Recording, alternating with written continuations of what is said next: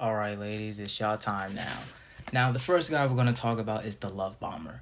This is the type of guy that tells you everything you want to hear because he wants you to be comfortable enough just so you can give it up to him.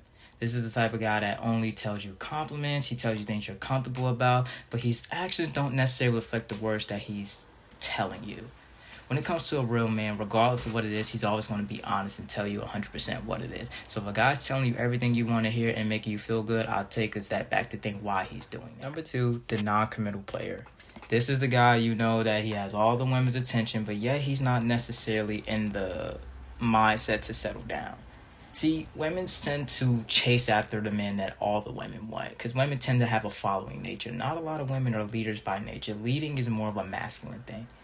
And the problem is that with the guy that's kind of a serial cheater or he kind of has all the women's attention, he's non-committal, is that he's not faithful. There's too much attention he's getting in order for him to be faithful. So unless that guy really wants to be down for you and wants to be with you, I wouldn't go for the guy that has all the attention because most likely he's getting it from somewhere else and he's looking for it. He's looking for the woman that could take him higher and higher and higher. And for the best possible women, he's always looking out. Oh, and this is one that's not said about: settling. The bum. A lot of women like to be in a position where they're comfortable, where the guy doesn't go anywhere. But the problem when you're settling with something less than or the bum is that the bum is not going to do shit for you. Like, you try to turn a man that has nothing into something and he still doesn't want to turn into something. And then you kind of are mad that he doesn't actually have something worth him. But you're with him because of comfort. You should never want to be with a man that doesn't want to do anything for himself because then he's not a real man and he lacks no direction.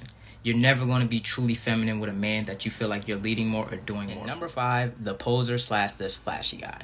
This is the guy that makes it seem like he has everything together, but he's not at all. He's the guy that sells you the dream, but the reality is he's really a nightmare. He's the guy that actually isn't what he preaches about. He's the guy that fits the image, but the image is not him. Because who he is without that image is a shell of a man what you thought he was. Always get to know a man more to see if he's legitimately who he says he is. Because the poser is the guy that flashes all the nice shit, but guess what? He really doesn't have it like that. And let me tell you something about a man that really got it like that. He has so much to lose, he does not have the time to post it for everyone to know, because if everyone knows, they'll take advantage of him. So if you see a guy that's flashy and posting stuff out there a lot, take a second to think about that. Number three, the controller. This is the guy that basically wants you to be stuck with him. He probably has everything together financially. You're probably not in the best state and you're probably going to depend on him. But if a man really likes you, he's going to give you the choice to be with him. The controller is not trying to give you a choice. He's trying to isolate you from everyone else so you have no one else but him. A lot of women say they don't need a man, but a lot of women end up in a predicament where they actually end up needing a man because they don't do enough for themselves. And the sad thing is that when you come across the controller, sometimes you don't know until it's too late. But once you recognize you're with a controller, guess what? You're going to be stuck with him. You don't want to be stuck with a man that does not give you the choice or option to leave him because you need him so much. And finally, the simp.